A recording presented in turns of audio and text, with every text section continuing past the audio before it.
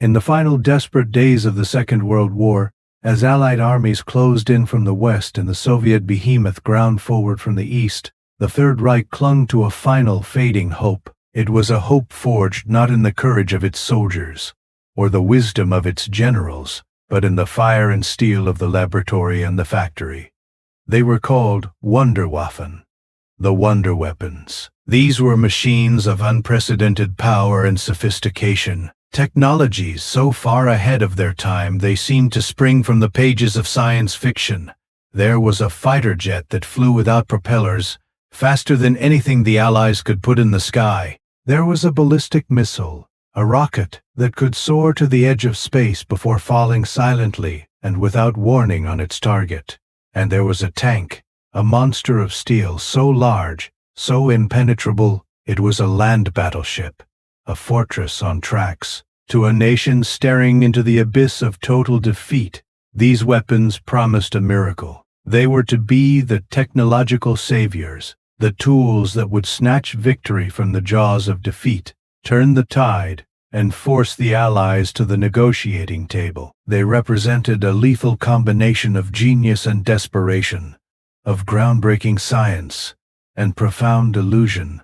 This is the story of those weapons, the story of the jet fighter that owned the skies but couldn't protect the ground, the story of the revenge rocket that was more a weapon of terror than a tool of war, and the story of the monster tank that was too big to fight.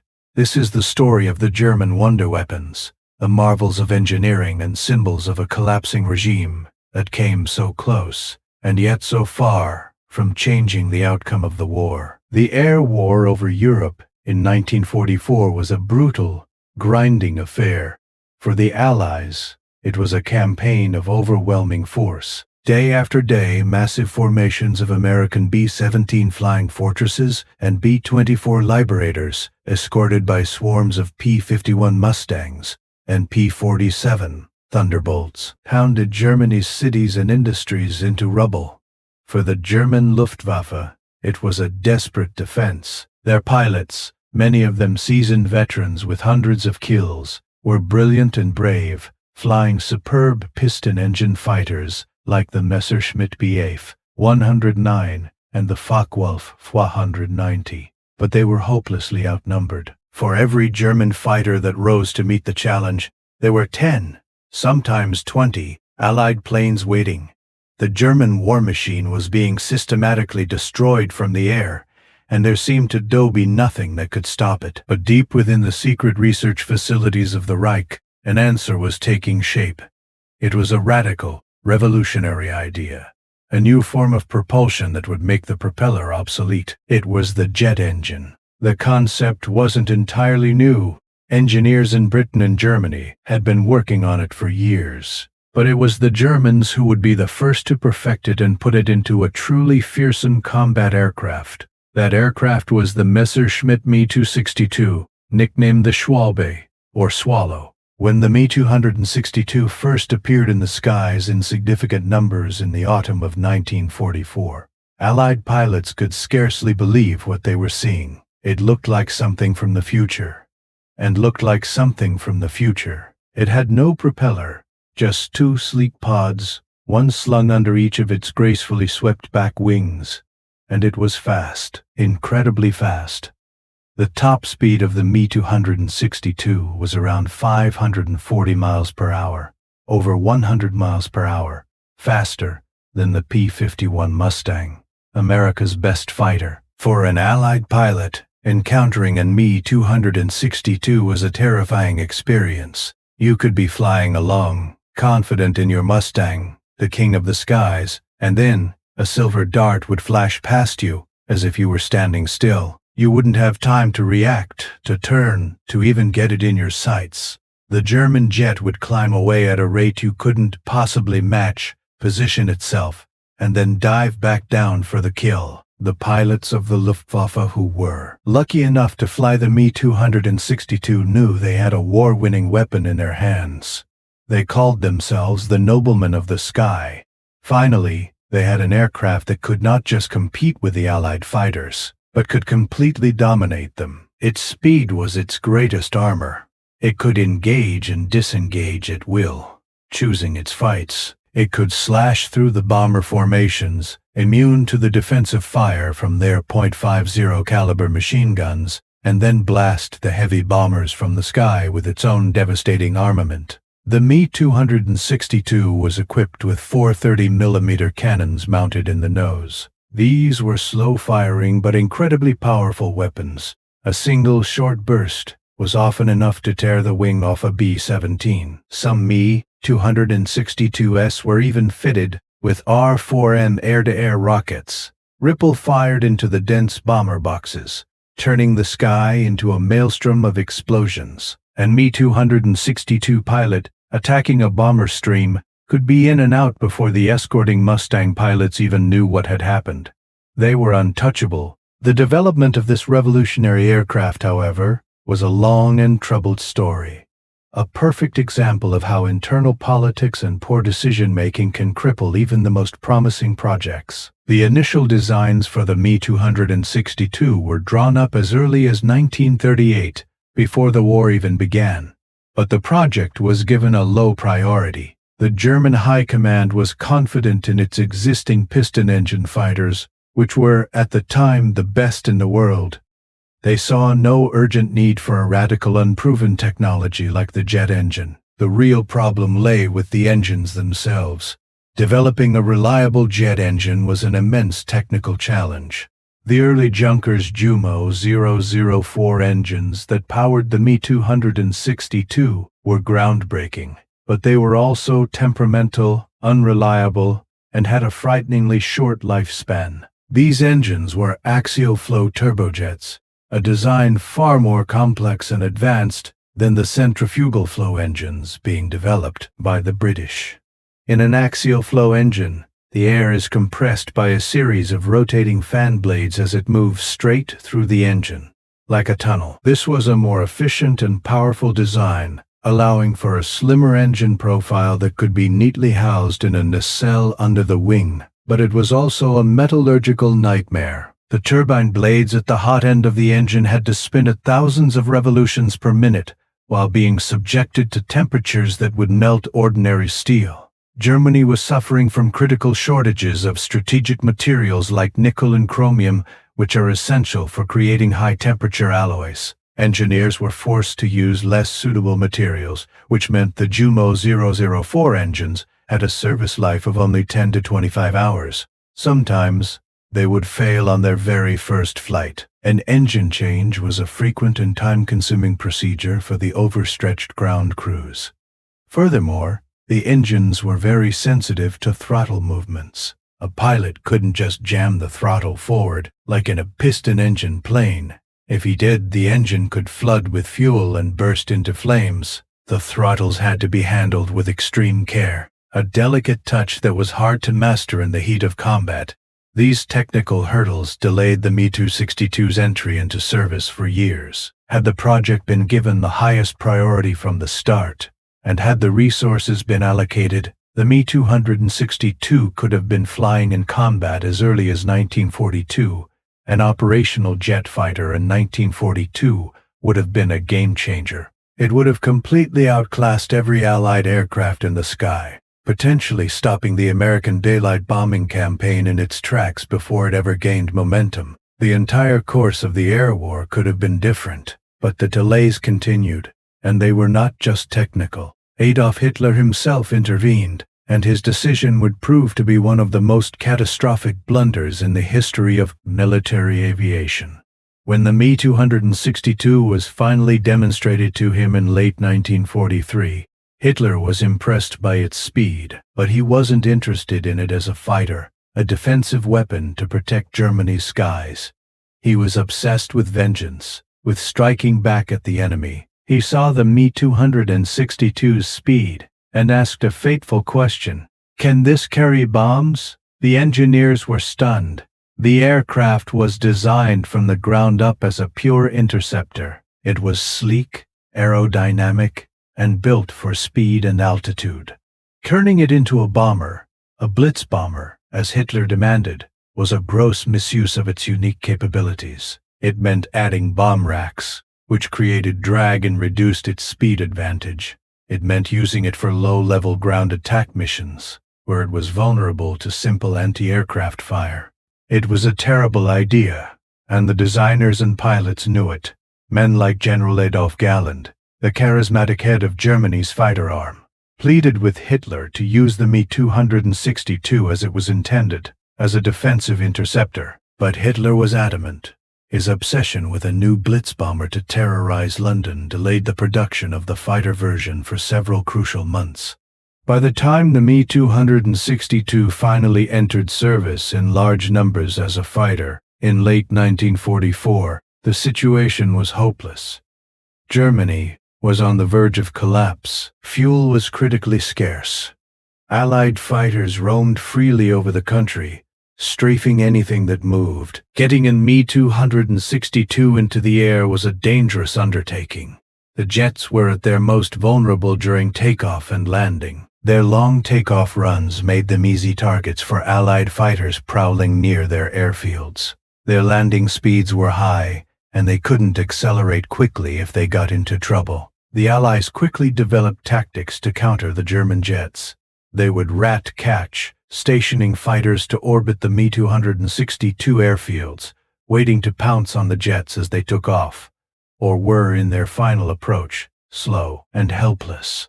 Despite these immense challenges, in the hands of an expert pilot, the Me-262 was still the most lethal fighting machine in the sky. Aces like Adolf Galland and Walter Nowotny demonstrated what the jet was capable of, scoring strings of victories against Allied bombers and fighters. But there were simply not enough of them. Production was constantly disrupted by bombing raids. Only about 1,400 Me-262s were ever built, and of those, only a few hundred ever saw combat. They were a technological marvel, a glimpse of the future of air combat, but they were too little, too late. They were a revolution that arrived on the battlefield just as the war was ending, a brilliant weapon that could win battles, but had no hope of winning the war. The story of the Me-262 highlights the core dilemma of Germany's wonder weapons program. It demonstrates the nation's incredible technological prowess, its ability to produce machines that were years ahead of their time. But it also exposes the fatal flaws in the Nazi war machine, the political infighting, the strategic blunders of the high command, and the crippling lack of resources. The Me-262 should have been the savior of the Luftwaffe. Instead, it became a symbol of what might have been, a silver swallow that arrived too late to stop the storm. While the Me-262 was the most famous of Germany's jet aircraft, it was not the only one. As the war situation grew more desperate, the German leadership turned to ever more radical and desperate solutions. One of the most remarkable of these was the Heinkel He-162, officially named the Salamander but better known by its propaganda designation the Volksjäger, or People's Fighter. The very concept of the Volksjäger was born of pure desperation. By late 1944, the Luftwaffe was being decimated.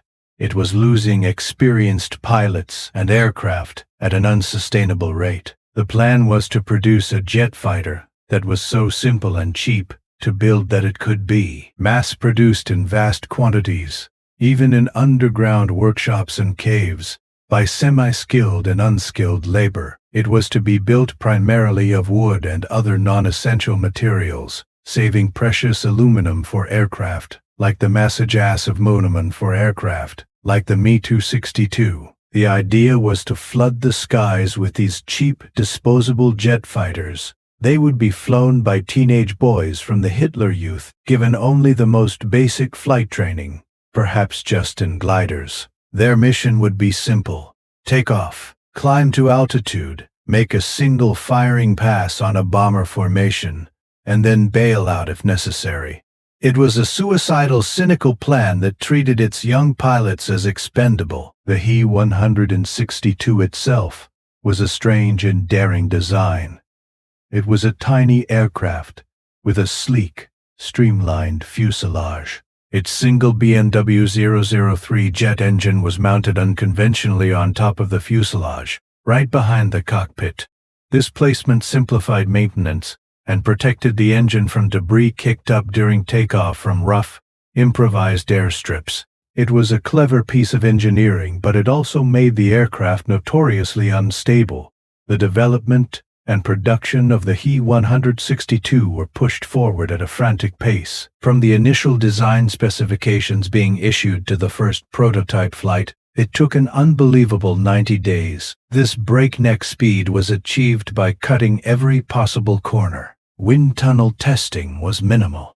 Structural integrity was compromised. The wooden components were glued together with a special acidic adhesive called Tego film, but it was later discovered that this glue could be corrosive to the wood, weakening the aircraft's structure.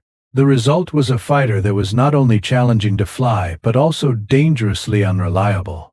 Several prototypes crashed during testing, killing some of Germany's best test pilots.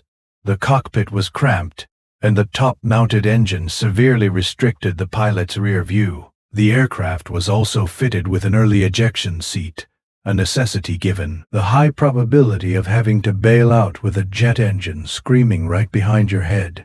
Despite these serious flaws, the He-162 was rushed into production. A few units were formed and saw limited combat in the final weeks of the war. In April and May of 1945, they did manage to score a handful of kills. Allied pilots who encountered the tiny jet were shocked by its speed and agility. But the He-162 pilots, many of them with only a few hours of flight time in a jet, were simply no match for the experienced Allied veterans they faced. More He-162s were lost to accidents, engine failures, and structural collapses than to enemy action. In the end, the Volksjäger program was a failure. It was a testament to the ingenuity and desperation of German engineers, but it was also a grim reflection of the Nazi regime's willingness to sacrifice its own youth in a pointless, last-ditch defense. The People's Fighter was an idea born of fantasy, a belief that a technological gimmick could replace proper training, resources, and a sensible strategy. There was another German jet that made its mark in the final year of the war, an aircraft just as revolutionary as the Me-262, but designed for a very different role. This was the Arado R-234, the world's first operational jet-powered bomber and reconnaissance aircraft. Nicknamed the Blitz, or Lightning, the R-234 was a beautiful, elegant aircraft. It had a long, slender fuselage with a fully glazed nose, giving its pilot an unparalleled view. Its wings were high-mounted and perfectly straight. Its two Jumo 004 engines, the same type used on the Me-2262, were tucked neatly underneath. Like the Me-262, the R-234's greatest asset was its speed. It could fly at over 460 miles per hour, fast enough to be virtually immune to interception by any Allied piston-engine fighter. Initially designed as a reconnaissance aircraft, the R-234 was a spy plane's dream. It could fly high and fast over enemy territory, snapping pictures with its automated cameras, and be home before the enemy even knew it was there. In the summer of 1944, an R-234 flew a reconnaissance mission over the Normandy beachhead, providing the German High Command with the first clear pictures of the Allied invasion force after D-Day. The Allied fighters sent to intercept it were left grasping at empty air. For months, the R-234 was the only German reconnaissance aircraft that could operate over Britain with impunity. But, just as with the Me-262, Hitler's obsession with bombing led to the R-234 being adapted for a role it was not perfectly suited for. A bomber version was developed, capable of carrying up to 3,300 pounds of bombs, either externally or in a small internal bay. These jet bombers were used in a number of small-scale raids. One of their most famous missions was the attack on the Ludendorff Bridge at Remagen in March 1945. This was the last intact bridge over the Rhine River. and its capture by American forces was a major strategic blow to Germany. The Luftwaffe threw everything it had at the bridge, including its new R-234 jet bombers. The pilots flew their missions with great courage, diving through a curtain of intense anti-aircraft fire. But their attacks were ultimately unsuccessful. The bridge was too tough a target, and the small bombs carried by the jets were not powerful enough to bring it down. The early prototypes of the R-234 had a truly bizarre feature. To save weight and maximize internal fuel capacity, they were designed without conventional landing gear. They took off from a large, three-wheeled trolley that was jettisoned after takeoff.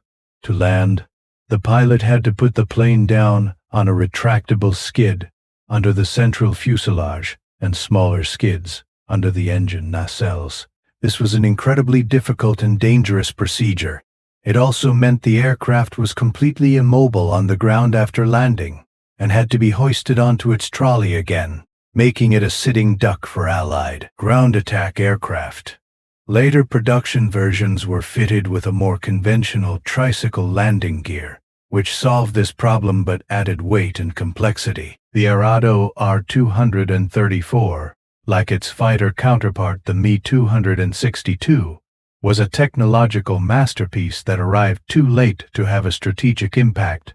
Only about 200 were ever built. They were used for high-speed reconnaissance and pinpoint bombing raids in the final months of the war, often achieving surprising tactical success, but they were a drop in the ocean. They could harass the Allies, but they could not stop them.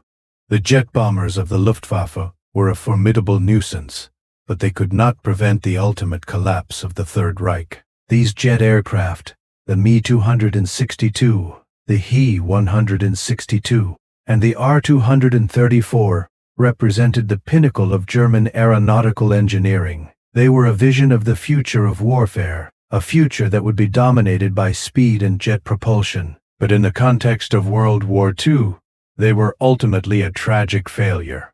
They were the right weapons at the wrong time. Technological marvels born of a desperate and dying regime. Their story is a powerful lesson that even the most advanced technology cannot overcome a flawed strategy, a lack of resources, and a hopeless military situation. They were weapons that could have changed the war, but in the end, they only served to illuminate the scale of Germany's final spectacular defeat. The sky was no longer the only frontier for Germany's wonder weapons. While jet aircraft promised to reclaim dominance of the air, another weapon was being developed to strike at the enemy's heartland from hundreds of miles away, traveling at speeds faster than sound. This weapon was not an airplane. It had no pilot, no wings in the conventional sense. It was a missile, a ballistic missile.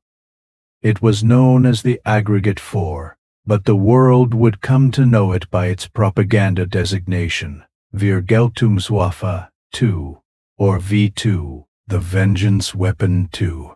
It was the world's first long-range guided ballistic missile, the direct ancestor of the rockets that would one day carry humanity to the moon, and the intercontinental ballistic missiles that would define the terror of the Cold War. The story of the V-2 begins not in the chaos of Nazi Germany, but in the optimistic, freewheeling, scientific world of the Weimar Republic in the 1920s. Small groups of amateur rocket enthusiasts, inspired by the writings of science fiction authors and the theoretical work of pioneers like Hermann Oberth, began to dream of spaceflight. They formed societies, like the Verein für Raumschifffahrt, or Society for Space Travel, and conducted small-scale experiments with liquid-fueled rockets. One of the youngest and most brilliant members of this group was a young baron named Wernher von Braun. Von Braun was a charismatic visionary, obsessed with the idea of traveling to other planets. But he was also a pragmatist. He knew that the only way to get the enormous funding needed to develop large-scale rockets was through the military. When the Nazis came to power in 1933, the German army saw the potential of rocketry. The Treaty of Versailles, which ended World War I, had placed strict limitations on Germany's military, forbidding them from having heavy artillery, But the treaty said nothing about rockets. Here was a loophole, a way to develop a new form of long-range artillery that was not illegal. The army recruited Wernher von Braun and his team, giving them the resources they had only dreamed of. They set up a top-secret research facility on the remote Baltic island of Peenemünde.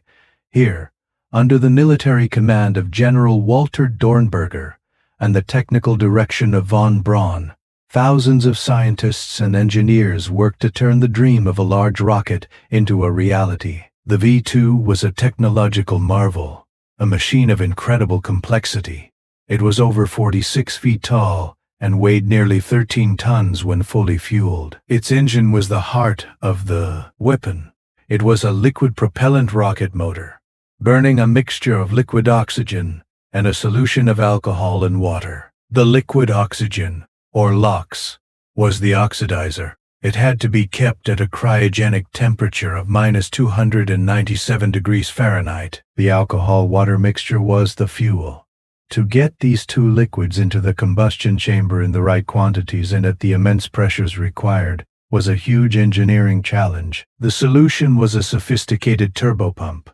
This device was essentially a small, incredibly powerful steam turbine, driven by the catalytic decomposition of highly concentrated hydrogen peroxide. This turbine spun two pumps that forced the fuel and oxidizer into the combustion chamber at a rate of over 275 pounds per second.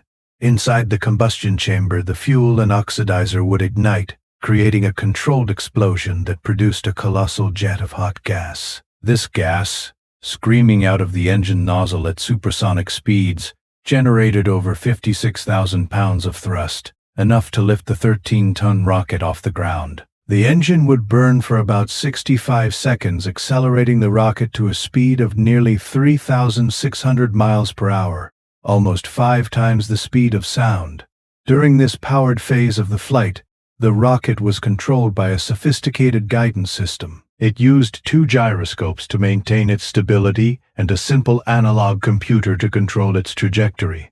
Vanes made of graphite, a material that could withstand the incredible heat, were placed directly in the rocket's exhaust stream to steer it. After the engine cut out, the V-2 would coast on a ballistic trajectory, like a thrown stone, climbing to an altitude of over 50 miles, to the very edge of space.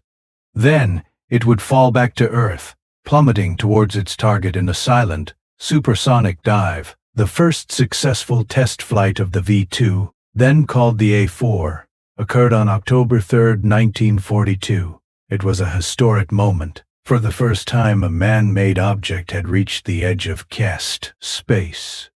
General Dornberger famously told his team, "We have invaded space with our rocket."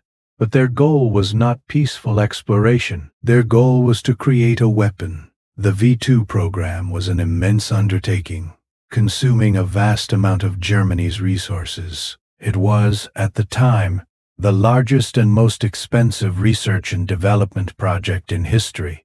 But its production was tainted by an evil that overshadowed its technological brilliance. The Allies, aware that something significant was happening at Peenemünde, launched a massive bombing raid in August 1943. The raid caused significant damage and killed many key personnel. In response, the Nazis decided to move V-2 production to a place that was safe from air attack, underground. They chose a vast complex of tunnels under the Harz Mountains in central Germany, called Mittelwerk. The conditions at Mittelwerk were a vision of hell on earth. The workers were not German technicians, but slave laborers from the Dora Mittelbau concentration camp. Tens of thousands of prisoners, mostly from Russia, Poland, and France, were forced to work in the dark, dusty tunnels, 24 hours a day. Under the brutal supervision of the SS, they lived in filth, were given starvation rations, and were beaten or executed for the slightest infraction. It is estimated that more people died building the V-2 rocket than were killed by it as a weapon. This is the dark, inescapable legacy of Wernher von Braun's creation. The rocket that was supposed to be a stepping stone to the stars was built on a foundation of human misery and death. The V-2 offensive began on September 8, 1944. The first rockets were launched at Paris and then, a few hours later, at London. For the people on the receiving end, the V-2 was a new kind of terror. Unlike the V-1 flying bomb, the doodlebug, which had a buzzing engine that gave you a few seconds of warning, the V-2 was silent. It traveled faster than the speed of sound, so its explosion was the first thing you heard. One moment, life was normal. The next, building a city block would simply cease to exist in a massive blast. This silent, random death from the sky had a profound psychological impact. It created a sense of helplessness, a feeling that there was no safe place, no way to protect yourself. Over the next 7 months, more than 3,000 V-2s were launched, primarily at London and the vital port city of Antwerp in Belgium. They caused widespread destruction and killed an estimated 9,000 civilians and military personnel. But as a strategic weapon, the V-2 was a failure. Its biggest problem was its inaccuracy. The gyroscopic guidance system was revolutionary for its time, but it was still primitive by modern standards. The rocket could be aimed at a large city, but hitting a specific target like a factory or a military base was impossible. It was a weapon of indiscriminate terror, not a tool for precise military strikes. It could shatter civilian morale, but it could not stop the Allied war machine. Furthermore, the V-2 was incredibly expensive. Each rocket cost as much as several fighter planes. The resources poured into the V-2 program, the rare materials, the skilled engineers, the fuel, could have been used to produce thousands more jet fighters or tanks, weapons that could have had a real impact on the battlefield. From a cost-benefit perspective, the V-2 was a disaster. It was a vanity project, driven by Hitler's obsession with vengeance weapons and his belief that some technological miracle could still save his collapsing empire. It diverted precious resources away from the fronts where the war was actually being fought and decided. The V-2 campaign finally ended in March 1945, when the Allied armies overran the launch sites in the Netherlands. The wonder weapon had failed to change the course of the war. It was a technological triumph and a strategic dead end, but its legacy was profound. When the war ended, both the Americans and the Soviets scrambled to capture the German rocket technology and the scientists who had created it. Wernher von Braun and over 100 of his top engineers surrendered to the Americans in an operation codenamed Operation Paperclip. They were brought to the United States, their past work for the Nazi regime largely whitewashed, and they became the fathers of the American space program. Von Braun would go on to design the Saturn V rocket, the magnificent machine that carried the Apollo astronauts to the moon. The V-2, a weapon of terror forged in the crucible of war and built by slaves, was transformed into a vehicle of exploration and discovery. Its story is a complex and often troubling one, a stark reminder that technology itself is neutral. It is the intentions of the people who wield it that determine whether it is used for creation or destruction, for reaching for the stars or for raining death upon the earth. If the Me-262 represented the future of air combat and the V-2 the dawn of the missile age, then Germany's third category of wonder weapons looked back to an older, more primal form of warfare. It was the pursuit of sheer size and brute force, the idea that an unstoppable, invincible armored behemoth could dominate the battlefield. This obsession with gigantism reached its absurd and ultimate conclusion in the Panzerkampfwagen 8, better known as the Maus, or Mouse. The name was a sarcastic attempt at camouflage, a joke, because this tank was anything but small. It was the heaviest, most heavily armored fighting vehicle ever built. It was a monster, a mobile fortress of steel that dwarfed every other tank of the Second World War. The Maus was the brainchild of Ferdinand Porsche, the famed automotive engineer who created the Volkswagen Beetle, and Adolf Hitler himself. Hitler had always been fascinated by gigantic weapons, believing that bigger was always better. Throughout the war, He pushed his designers to create ever larger and more powerful tanks. This led to the development of the formidable Tiger and King Tiger tanks, which were the most powerful tanks on the battlefield when they were introduced. But for Hitler, even the 70-ton King Tiger was not enough. He envisioned a super-heavy tank, a breakthrough weapon that would be completely impervious to any Allied anti-tank gun. In 1942, Hitler personally requested the development of a tank that would weigh over 100 tons. Ferdinand Porsche took on the project, and the design that emerged was beyond anything ever conceived. The final version of the Maus weighed an astonishing 188 metric tons. To put that into perspective, that is more than 3 times the weight of the American Sherman tank and almost 3 times the weight of the Soviet T-34. It was a land battleship. Its armor was its most incredible feature. The front of the hull was protected by over 8 inches of solid steel armor, sloped to increase its effective thickness. The massive rounded turret had a frontal armor plate that was nearly 10 inches thick. This was a level of protection that was simply unprecedented. No Allied tank gun or anti-tank weapon in service during the war could have penetrated the Maus's frontal armor at any realistic combat range. It was, for all intents and purposes, invincible from the front. Its armament was equally fearsome.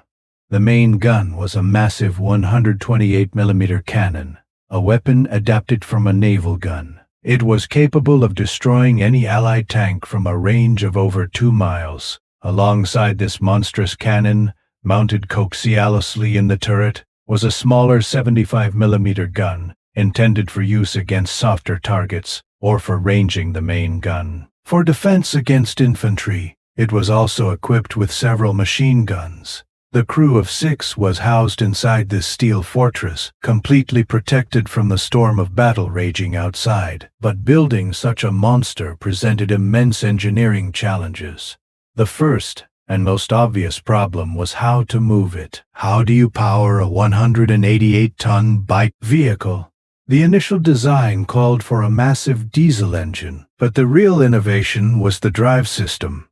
Porsche designed a complex gasoline-electric hybrid powertrain. A large Daimler-Benz aircraft engine, originally designed for a bomber, would not drive the tracks directly. Instead, it would power a large electrical generator. This generator would then produce electricity to power 2 huge electric motors located at the rear of the tank, and these electric motors would turn the sprockets that drove the tracks. This system eliminated the need for a heavy, complex mechanical transmission and clutch, which would have been nearly impossible to build for a vehicle of this weight. It also allowed for very precise, smooth steering. It was a very advanced, but also very complicated and unproven system. The sheer weight of the Maus created a host of other problems. The suspension had to be incredibly robust to support the tank's mass. The tracks were over 1 meter wide to try and distribute the immense ground pressure. But even with these wide tracks, the Maus would have destroyed most roads and would have easily become bogged down in soft ground. Perhaps its biggest tactical limitation was its inability to cross bridges. There was simply no bridge in Europe at the time that could support the weight of a 188-ton tank. To solve this problem, Porsche's engineers came up with a radical solution. The Maus would have to ford rivers by driving along the bottom. The tanks were designed to be sealed up and were equipped with a large snorkel, a tube that would provide air to the engine and crew, allowing them to cross rivers up to 45 feet deep.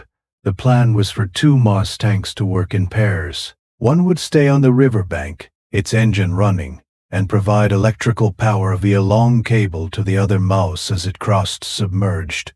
It was an incredibly complex and impractical idea that was never fully tested. The Maus was also cripplingly slow. Its top speed on a paved road was a mere 8 miles per hour.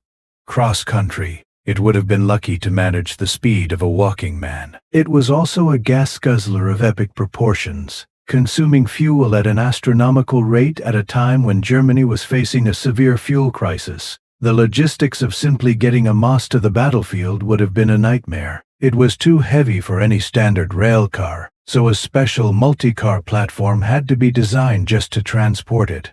Despite all these obvious and crippling drawbacks, the project went ahead. 2 prototypes were eventually completed by late 1944. The first prototype was fitted with a mock turret, made of concrete to simulate the weight of the real one, and it underwent driving trials.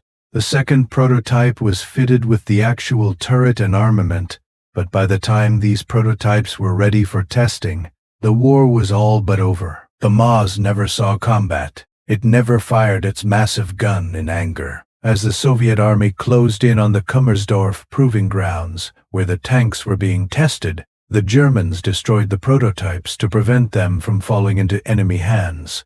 The crew of the second prototype placed demolition charges inside the vehicle, blowing it apart. After the war, the Soviets captured the remains of both prototypes.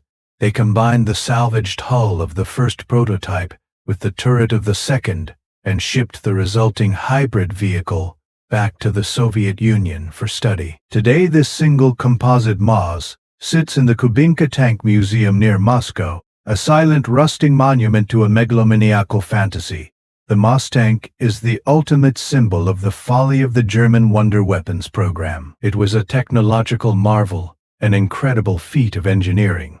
But it was also a complete waste of time, resources, and ingenuity. It was a weapon designed without any thought to the practical realities of warfare, logistics, or strategy.